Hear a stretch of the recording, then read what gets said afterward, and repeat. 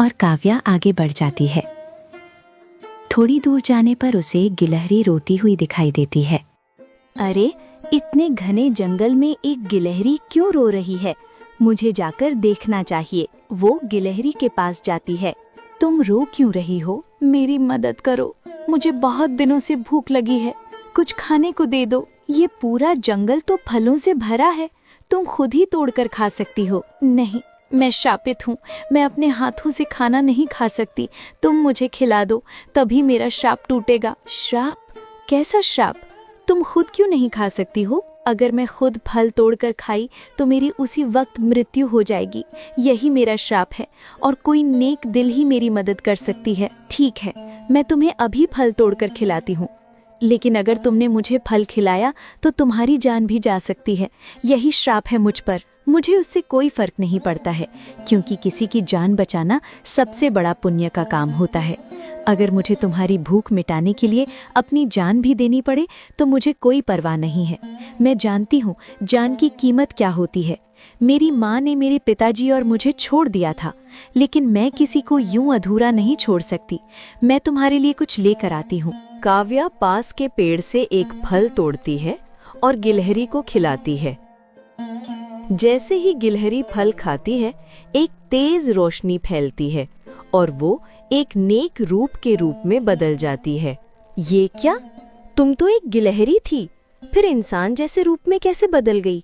ये कैसे संभव है? मैं कोई साधारण जीव नहीं हूँ।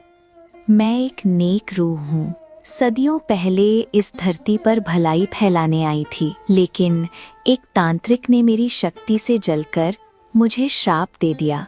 उसने मेरी सारी आत्मिक शक्तियाँ एक मोती में कैद कर दी और मुझे गिलहरी का रूप दे दिया। साथ ही ये श्राप भी दिया कि मैं अपनी सच्चाई किसी से नहीं कह पाऊंगी और अपने हाथों से कभी कुछ नहीं खा पाऊंगी, ताकि मैं धीरे धीरे तड़पकर मर जाऊं। ये तो बहुत अन्याय है। उस तांत्रिक ने तुम्हारे साथ ऐसा क्यों किया? और बताओ, मैं तुम्हारी कैसे मदद कर सकती हूँ? तुम कब से इस हाल में भटक रही हो? 9 वर्षों से। 9 लंबे वर्ष बीत गए। मैंने सभी से मदद मांगी, लेकिन सब डर गए। सबको ये भ्रम था कि जो मुझे खाना खिलाएगा उसकी जान चली जाएगी। सबने मेरा साथ छोड़ दिया, लेकिन तुम पहले इंसान हो जिसने मेरे भय से ऊपर उठकर करुणा दिखाई। 9 वर्ष, लेकिन कोई जीव बिना खाए पिए इतने साल कैसे जिंदा रह सकता है? क्योंकि मैं रूह हूँ। मेरे पास आत्मिक ऊर्जा थी जो मुझे जीवित रखे हुए थी। लेकिन अब मेरी 9 वर्षों की आखिरी पूर्णिमा है। अगर इस पूर्णिमा की रात तक वो मोती मुझे नहीं मिला तो मेरा अस्तित्व सदा के लिए समाप्त हो जाएगा और मैं कभी अपने लोक नहीं जा पाऊंगी। नहीं, मैं ऐसा नहीं होने दूंगी। बताओ, वो मोती कहाँ है? मैं अभी जाकर ले आऊंगी और फिर तुम अपने लोक जा सकती हो। वो मोती तांत्रिक ने एक पुराने बरगद के पेड़ के नीचे दफना दिया था। जैसे मेरी मृत्यु होगी, वो मोती अपने आप तांत्रिक के पास चला जाएगा और फिर उसे मेरी सारी आत्मिक शक्तियां मिल जाएंगी। तब उसका अंधकार पूरी धरती पर छा जाएगा। ऐसा कभी नहीं होगा। बताओ, मैं उस मोती को कैसे प्राप्त कर सकती हूँ? जब तुम उस बरगद के पेड़ के पास पहुँचो तो जो कुछ भी वो पेड़ तुमसे कहे, बिना डर के और सच्चे दिल से करना। तभी वो मोती तुम्हारे सामने प्रकट होगा। याद रखना, संदेह नेकी की राह में सबसे बड़ा शत्रु है। मैं तैयार हूँ। मैं वो मोती लेकर आऊंगी और तुम्हें मुक्त करूंगी, चाहे इसके लिए मुझे किसी भी अंधेरे से गुजरना पड़े। काव्या वहां से निकल पड़ती है।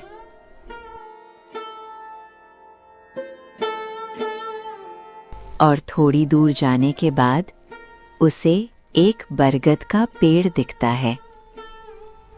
ये तो वही बरगद का पेड़ है। अब मुझे जल्दी से यहाँ पर मोती ढूंढना होगा, पर कहीं कुछ दिख नहीं रहा। अब मैं कैसे मोती को हासिल करूं?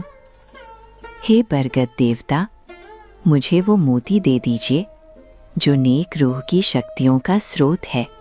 तभी पेड़ से एक रहस्यमय आवाज आती है। अगर तुम्हें वो मोती चाहिए तो तुम्हें अपनी जान की आहुति देनी पड़ेगी। नहीं, मैं अपनी जान नहीं दे सकती, लेकिन मुझे अपने पिता की भी रक्षा करनी है। इसके सिवा आप जो कहेंगे मैं वो सब करने के लिए तैयार हूँ। वो मोती तांत्रिक ने इसी पेड़ के नीचे गाढ़ा है और मैं इस पेड़ की रक्षक हूँ। मैं तुम्हारी मदद कर सकती हूँ। तुम्हें वो मोती मिलेगा, लेकिन इसके लिए तुम्हें यहाँ तपस्या करनी होगी। और अगर तुम्हारी तपस्या सच में निर्मल और पवित्र हुई तो वो मोती स्वयं तुम्हारे सामने प्रकट हो जाएगा। ठीक है, मैं तपस्या करने को तैयार हूँ।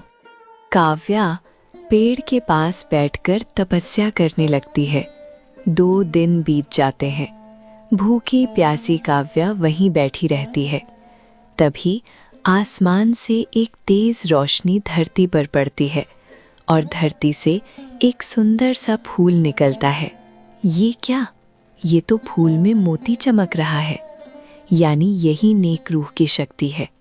अब मुझे जल्दी से ये मोती लेकर नेक रूह को दे देना चाहिए। काव्या वो मोती लेती है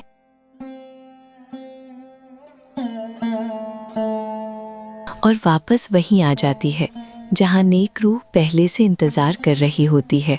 ये लीजिए, मैं आपके लिए वो मोती लाया हूँ। पूरे 2 दिन तपस्या करनी पड़ी, तब जाकर ये मोती मुझे प्राप्त हुआ। अब आप अपने लोक वापस लौट सकती हैं। काव्या, तुमने सच में मेरी इतनी बरसों का इंतजार जो था पूरा कर दिया। मैं तुम्हें वरदान देती हूँ, जब भी तुम्हें मेरी मदद की ज़रूरत हो तो तुम मुझे दिव्या प्रभा कहकर 3 बार पुकारना, मैं आ जाऊंगी। आपका बहुत बहुत धन्यवाद नेक रूह, आप ज़रूर मेरी मदद करना। अब मुझे जाना चाहिए। ठीक है, अपना ध्यान रखना।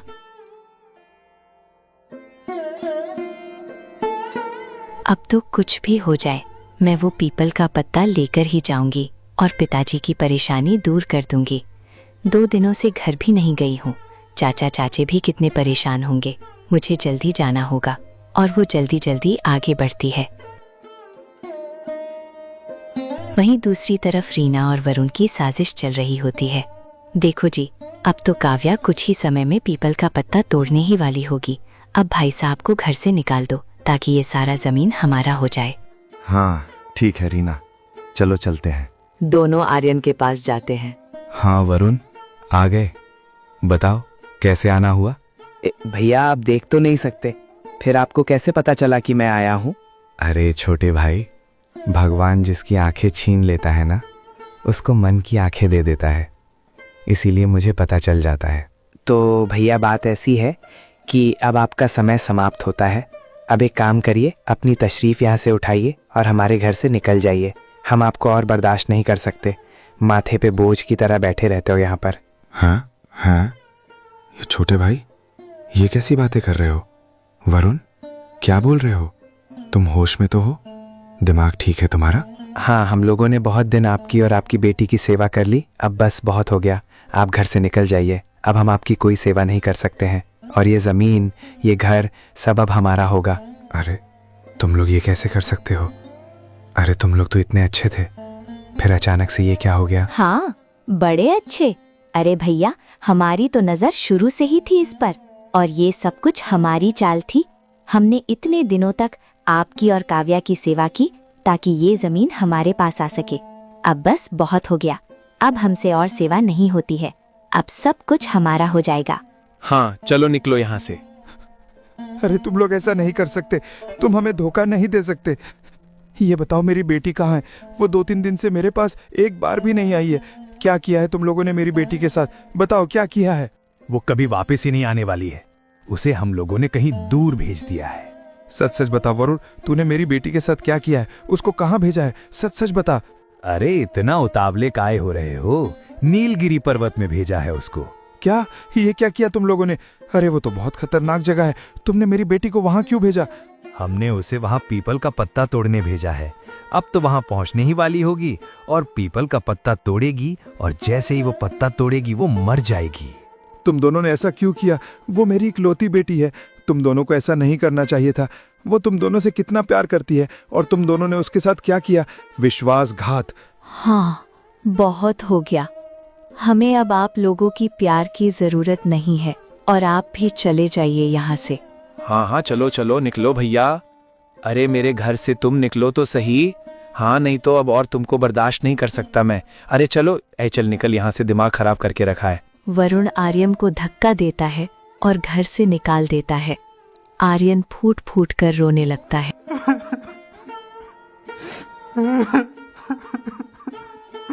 अरे अरे अरे अरे, ए वरुण, ये क्या कर रहा है तू? तेरा भाई अंधा है तो उसे घर से क्यों निकाल रहा है? मैं अपने भाई को निकालूं या कुछ भी करूं, आपको क्यों मिर्ची लग रही है? अपने काम से मतलब रखिए। हाँ, नहीं तो चले आते हैं दूसरों के मामले में टांग अड़ाने। अरे चलो जाओ यहाँ से। अरे मतलब कैसे नहीं है? हम लोग इस गांव के हैं तो मतलब होगा। तेरा भाई अंधा है, ऐसी हालत में कहाँ जाएगा? कुछ तो रहम कर। ऐसा है कि मुझे इनको घर में नहीं रखना है। अगर आपको रहम आ रहा है तो आप इनको अपने साथ अपने घर ले जाइए। फालतू का ज्ञान मत दीजिए, ले जाओ उसको। हाँ, नहीं तो